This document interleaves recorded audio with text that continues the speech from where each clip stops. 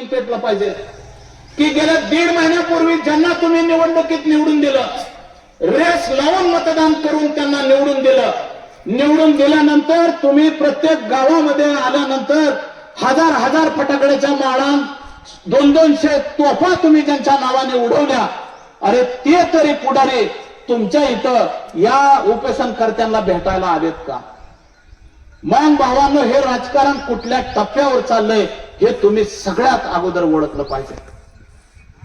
त्यातलं सुरेश काका पाटील हा माझा धाकटा भाऊ आहे, पण विचारात आमच्या वेगवेगळा बदल आहे. मी शेतकरी चळवळीत 15 वर्ष झालं निलकंठ शिंदे साहेब मी प्रामाणिकपणे काम करतोय. मी कुठल्याही पक्षाच्या मुलाह्याच्याशी मी गुंतलेलो नाही. गाव लेवलला राजकारण काय असेल त्याच्याशी मी कधीच तडजोड करत नाही, मी कधी डंकून सुद्धा बघत नाही.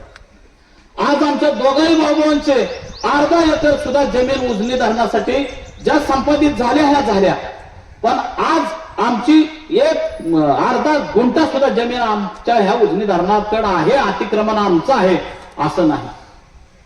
तरी सुद्धा भूमिका घेऊन निघालोय आम्ही, कुठला तरी एक विचार घेऊन निघालोय की आपल्या गावापुरता विचार घेऊन चालत नाही की या 81 गावातल्या या धनग्रस्त शेतकऱ्यांना कुठंतरी न्याय द्यावा लागल. ही भूमिका आमच्या मनामध्ये कुठंतरी घर करून आहे.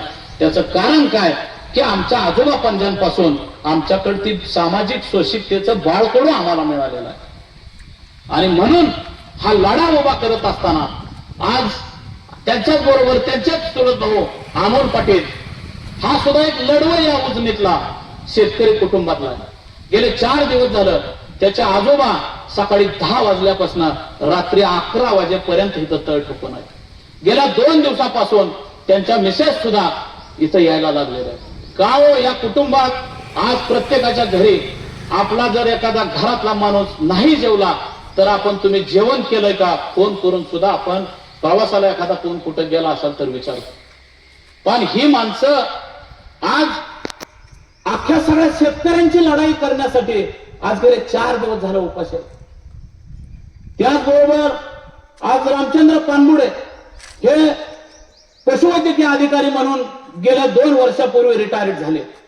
60व्या वर्षी रिटायर झाल्यानंतर सुद्धा या माणसाच्या मनामध्ये ऊर्जा आणि उमेद आहे की आपण रिटायर झाल्यानंतर, आता मला वाटतं बामशेटचे जे अधिकारी होते ते सुद्धा रिटायर्ड शिक्षक होते, रिटायर झाल्यानंतर सुद्धा त्यांनी उपोषणाला बसायचा निर्णय घेतला. का? त्यांच्यामध्ये तळमळ आहे की ते काय त्यांची स्वतःची जमीन वाचवण्यासाठी उपोषणाला बसलेले नाही, की माझी जमीन वाचत असताना या माझ्या उजनीच्या बॅकवॉटरवरच्या सगळ्या जमिनी ज्या तुटपुंज्या आहेत, ज्या आम्ही सगळे कसतोय त्या वाचल्या पाहिजेत, ही भूमिका त्यांच्या मनामध्ये.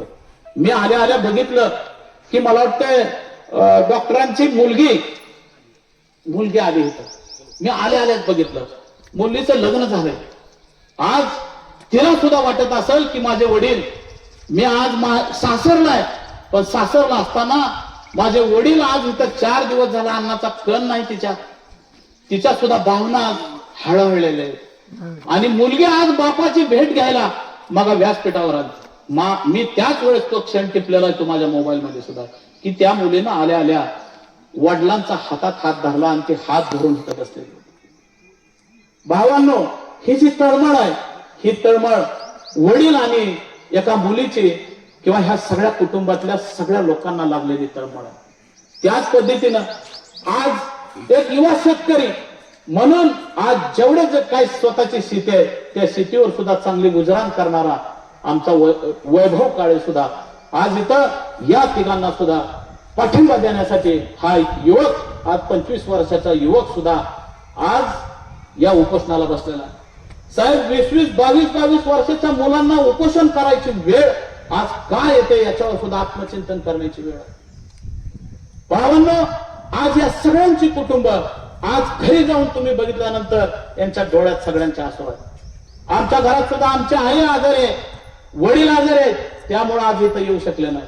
पण त्यांची काळजी घ्यायला आज चंदू काकाच्या मंडळीला सुद्धा तिथं थांबावं लागतंय. पण घरी गेल्यानंतर मी सुद्धा रात्री, जसं मोहन काका इथं सकाळी 10 वाजल्यापासून 11 वाजेपर्यंत आहेत, मी 11 वाजता गेल्यानंतर सुद्धा गेले 4 दिवस झालं जेवण न करता मी फक्त 1 ग्लास दूध तेवढं पितोय, मी झोपतोय. बाबा का? तर अरे माझा भाऊ सुद्धा आज गेल्या 4 दिवस झालं त्याच्याही पोटात आज अन्नाचा कण. हे कुणासाठी करतात ही सगळी माणसं? ही माणसं आज तुमच्या आमच्या सगळ्यांसाठी आज इथं कुठंतरी माझ्या धर्मग्रस्त शेतकऱ्याला न्याय मिळावा म्हणून ही माणसं आज उपोषणाला बसलेली आहेत.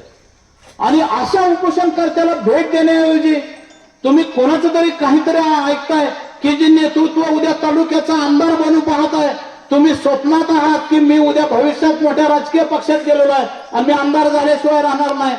आणि असं असताना तुम्ही 7 तारखेला जलसंपदा मंत्र्याकडे जाता, जलसंपदा मंत्र्यांना प्रेशर करता.